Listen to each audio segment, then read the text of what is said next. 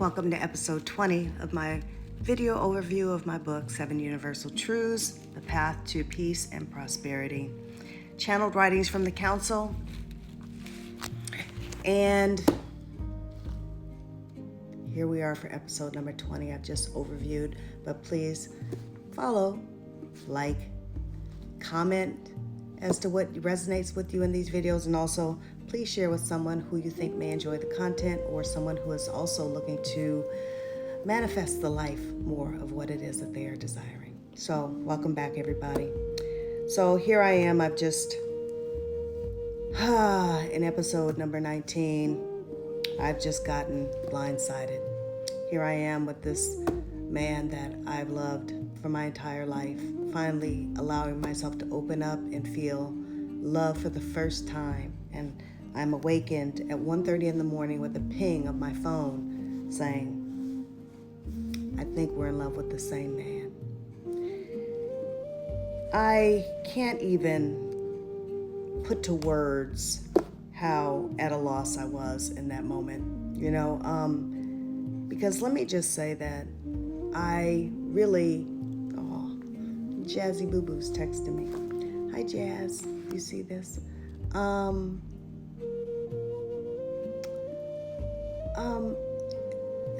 I can't put to words how much I trusted this man. And yes, I saw the good, the bad, the ugly in him.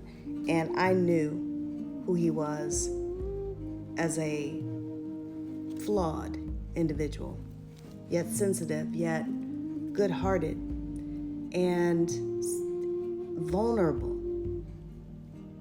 I would come to learn, though, that some men have a capacity, a gift, for using vulnerability to lure women into a false sense of security, make them feel as though that they are the only ones that they are allowing themselves to go this vulnerable with,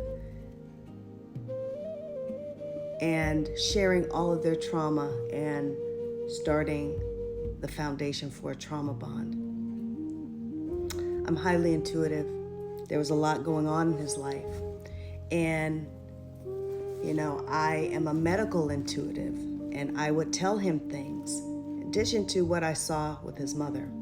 But also, he was having some health issues, and would say, I think you need to go get that checked out. You got a blood clot in your leg. That's why you're having cramps at night. No. Even go to the doctor. No. You're a gym rat. Probably tore a muscle. Have them scan your leg. Poo-pooing me and my, over analysis of everything, which can be true. I will own that. But scanned a damn leg. Motherfucker had a blood clot. Can you hear me, y'all? Yeah. I know what I know. I see what I see. I'm the real deal. And I don't say that as a means of bragging, because we all have intuitive gifts.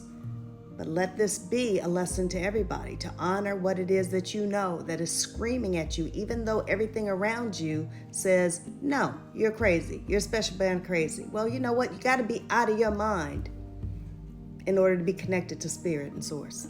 So thank you. I take that as a compliment. Thank you very much. Had a fucking blood clot. Big ass blood clot. Hospitalized twice. Not only that, so many things that I told him that I saw. 6 probably, and all told. Just like that. Unlikely. True. He knows to not fuck around and find out now, right? But it took all of that time in order for him to learn that what I saw, I really am tuned into you, and you can trust, you can ride it till the wheels fall off what I'm telling you. I had that intuition for him. Didn't necessarily honor it for myself. In this situation, because I didn't want to believe my friend, who became my love, who I trusted above all, would just lie to me like that. If nothing else, I saw him. And this would be the first of 2 men in my life that I really saw. I mean saw. See through the eyes of God, beyond what they do. And they were safe to be who they are, flaws and all, and trust me to love them through it if they wanted to do differently and better. This would send us on an odyssey of me learning that even when you're faced with the truth, to be so dishonest that you don't even you want to just try to talk your way out of the obvious, the painful, instead of looking at me and seeing me and saying yes, and I'm sorry. Discounted the woman. Keli, you have to know I wouldn't want to be with someone like her. She's a ne'er-do-well, hairdresser. What am I going to do with somebody like that? That's not helping your story much. That's pretty fucking arrogant, right? We aren't what we do. Well, I am, but I'm one of the few. This dovetails into my life. I am my work. Most aren't defined by our work. So I stopped sleeping in that moment because I awakened with that true trauma. It was trauma that set my body on high alert that would sustain for years. I stopped sleeping, and it was exacerbated by the fact that my ex-husband, who was mad at me, who told me, call your attorney off because take what I'm giving you or I'll burn everything down to the ground, which to me was a threat. Can't remember if I told this story or not, but it's worth a second tell. You've been married to me almost 30 years. You should know better. That sounds like a threat. I tell you what, like the match, bitch, let's go. And we did. But I fully expected, because kids were coming in and out of the house. They were staying with him for the most part, so they had access to keys to the house. Him to have access to keys to the house. He was a gun enthusiast, hunter. 6-foot gun safe, chock full of guns. I fully expected that one day I was going to end up with a bullet in my head from him.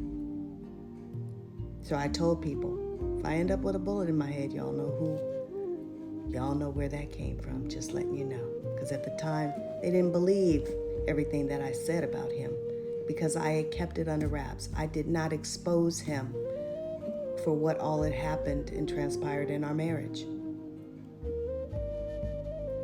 And now this.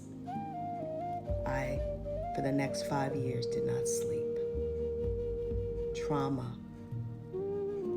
Nothing short of trauma that would be compounded over the next 4 years. Stay tuned to the next video where I share more of my story.